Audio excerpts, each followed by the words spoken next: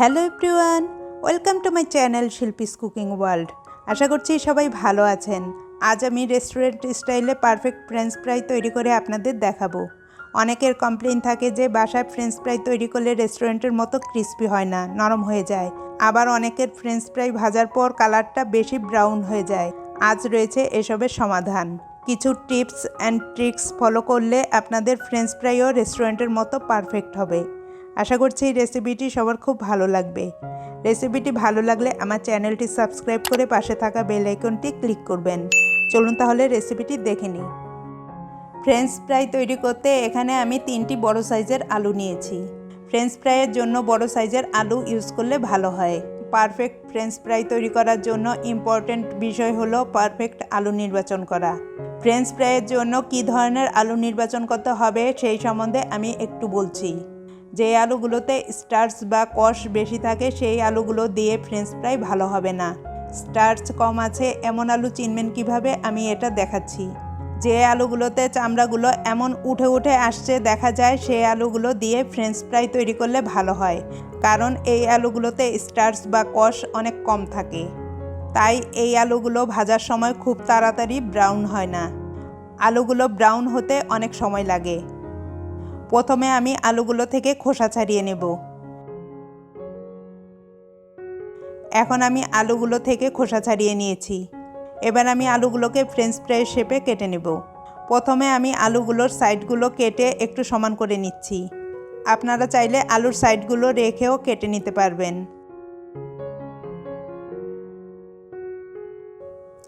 এখন আমি আলুগুলোকে 1/2 ইঞ্চি পুরু করে কেটে নিচ্ছি। অনেকটা চিকন চিকন আঙুলের মতো করে কাটতে হবে। আলুগুলো কাটার সময় খেয়াল রাখতে হবে যেন সবগুলো আলু একই সাইজের কাটা হয়। আমি সবগুলো আলু কেটে নিয়েছি। কাছ থেকে আমি একটু দেখাচ্ছি। আমি এভাবে কেটে নিয়েছি। এখানে একটি বোলে আমি নর্মাল টেম্পারেচারে থাকা পানি নিয়েছি। এবার এই পানির মধ্যে আমি সবগুলো আলুর টুকরা নিয়ে নিচ্ছি।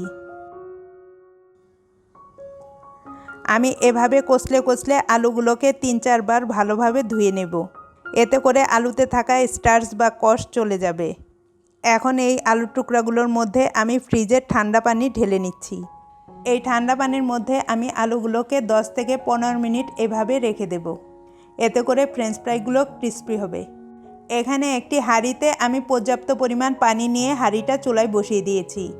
এবার এই পানির মধ্যে আমি 1 টেবিল চামচ লবণ দিয়ে দিচ্ছি।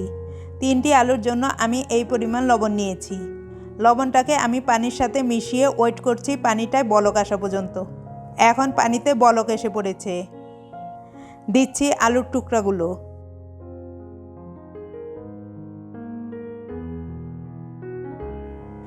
এখন চুলার আঁচ হাইয়ে রেখে ঘড়ি ধরে 2 মিনিট আলুগুলোকে সিদ্ধ করে নেব। 2 মিনিট পর আমি আলুগুলোকে পানি থেকে একটি ছাঁকনি দিয়ে উঠিয়ে নিচ্ছি। এখানে একটি বড় পাত্রে আমি কিচেন টিস্যু বিছিয়ে তার উপর সিদ্ধ করা আলুগুলো রাখছি। উপর থেকে কিচেন টিস্যুর সাহায্যে আমি আলু থেকে এক্সট্রা পানিটা ভালোভাবে মুছে নিচ্ছি।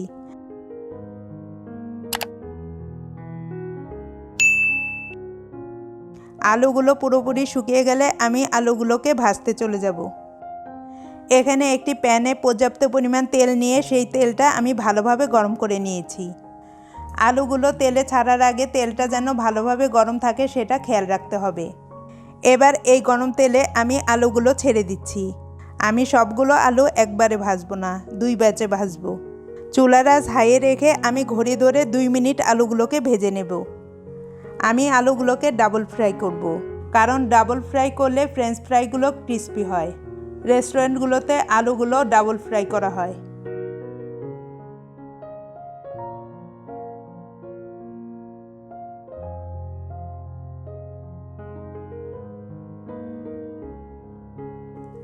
দুই মিনিট ভাজার পর আলুগুলোকে আমি একটি ছাঁকনির সাহায্যে তেল থেকে তুলে নিচ্ছি। সেমভাবে আমি বাকি আলুগুলোকেও ভেজে নেব। ভাজার পর আমি আলুগুলোকে কিচেন টিস্যুর উপর বিছিয়ে রেখেছি। এখন এগুলোকে নর্মাল টেম্পারেচারে এনে ডিপ ফ্রিজে আমি 1 ঘন্টার জন্য রেখে দেব। আপনাদের হাতে সময় কম থাকলে আপনারা এগুলোকে কমপক্ষে 10 থেকে 15 মিনিটের জন্য ডিপ ফ্রিজে রেখে দিতে পারেন। এতে করেও ফ্রেঞ্চ ফ্রাইগুলো ভাজার পর ক্রিস্পি হবে। 1 ঘন্টা পর আমি আলুগুলোকে ডিপ ফ্রিজ থেকে বের করে নিয়েছি। আলুগুলো এখন ফ্রোজেন হয়ে গিয়েছে। আপনারা চাইলে এ পর্যায়ে আলুগুলোকে যে কোনো জিপলক ব্যাগে বা এয়ারটাইট বক্সে ভরে ডিপ ফ্রিজে রেখে দিতে পারেন 5 থেকে 6 মাসের জন্য। আর যখন দরকার হবে তখন ফ্রিজ থেকে বের করে সরাসরি তেলে ভেজে নিলেই হবে। এখানে আমি আলুগুলো ভাজার জন্য তেলটা ভালোভাবে গরম করে নিয়েছি। এবার এই গরম তেলে আলুগুলো ছেড়ে দিচ্ছি। এ পর্যায়ে তেলটা ভালোভাবে গরম হওয়া ইম্পর্ট্যান্ট, কারণ ফ্রোজেন আলুগুলোকে তেলে ছাড়লে তেলের টেম্পারেচার কমতে থাকবে। আলুগুলোকে তেলে ছাড়ার সাথে সাথে আমি চুলার আঁচ মিডিয়ামে রেখে আলুগুলোকে হালকা ব্রাউন করে ভেজে নেব। এবারেও আমি আলুগুলোকে 2 ব্যাচে ভাজবো। এখন কন্টিনিউয়াসলি নেড়েচেড়ে আলুগুলোকে ভাজতে হবে, যেন আলুগুলো সব দিক থেকে সমান ভাজা হয়। না হলে আলুগুলো কোথাও বেশি ভাজা হবে, আবার কোথাও কম ভাজা হবে।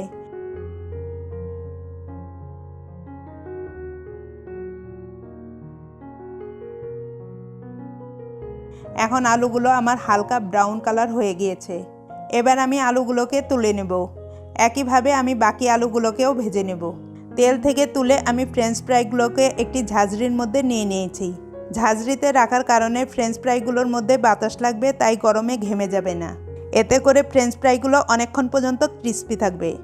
এবার ফ্রেঞ্চ ফ্রাইগুলোর সাথে নিচ্ছি সামান্য লবণ ও সামান্য গোলমরিচের গুঁড়া। এখন আমি এভাবে কয়েকবার ঝাঁকিয়ে নিচ্ছি।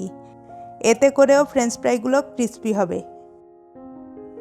এই তো, খুব সহজেই তৈরি হয়ে গেল আমার রেস্টুরেন্ট স্টাইলে পারফেক্ট ফ্রেঞ্চ ফ্রাই। এটা উপর থেকে ক্রিস্পি এবং ভেতরে সফট। আমি এগুলোকে টমেটো কেচাপের সাথে সার্ভ করেছি। এটা আমার ঘরে তৈরি টমেটো কেচাপ। ঘরে কিভাবে পারফেক্ট টমেটো কেচাপ তৈরি করা যায় এর একটি ভিডিও আমার চ্যানেলে দেয়া আছে। লিঙ্কটা ডেসক্রিপশন বক্সে দেয়া থাকবে, চাইলে সেখান থেকে দেখে এই টমেটো কেচাপটা তৈরি করে নিতে পারবেন। আমি চেষ্টা করেছি সকল টিপস অ্যান্ড ট্রিক্স সহ একটি পারফেক্ট ফ্রেঞ্চ ফ্রাইয়ের রেসিপি আপনাদের সামনে সহজভাবে প্রেজেন্ট করতে। আমার রিকোয়েস্ট থাকবে একবার হলেও আমার এই রেসিপিটি ফলো করে আপনারা বাসায় এটা তৈরি করবেন। আশা করছি নিরাশ হবেন না। রেসিপিটি ভালো লাগলে ভিডিওটিতে লাইক ও কমেন্ট করবেন এবং সেই সাথে আমার ভিডিওগুলো ফ্যামিলি অ্যান্ড ফ্রেন্ডসদের সাথে বেশি বেশি করে শেয়ার করবেন। আজ এ পর্যন্তই। ভালো থাকবেন এবং সবাইকে ভালো রাখবেন। বাই।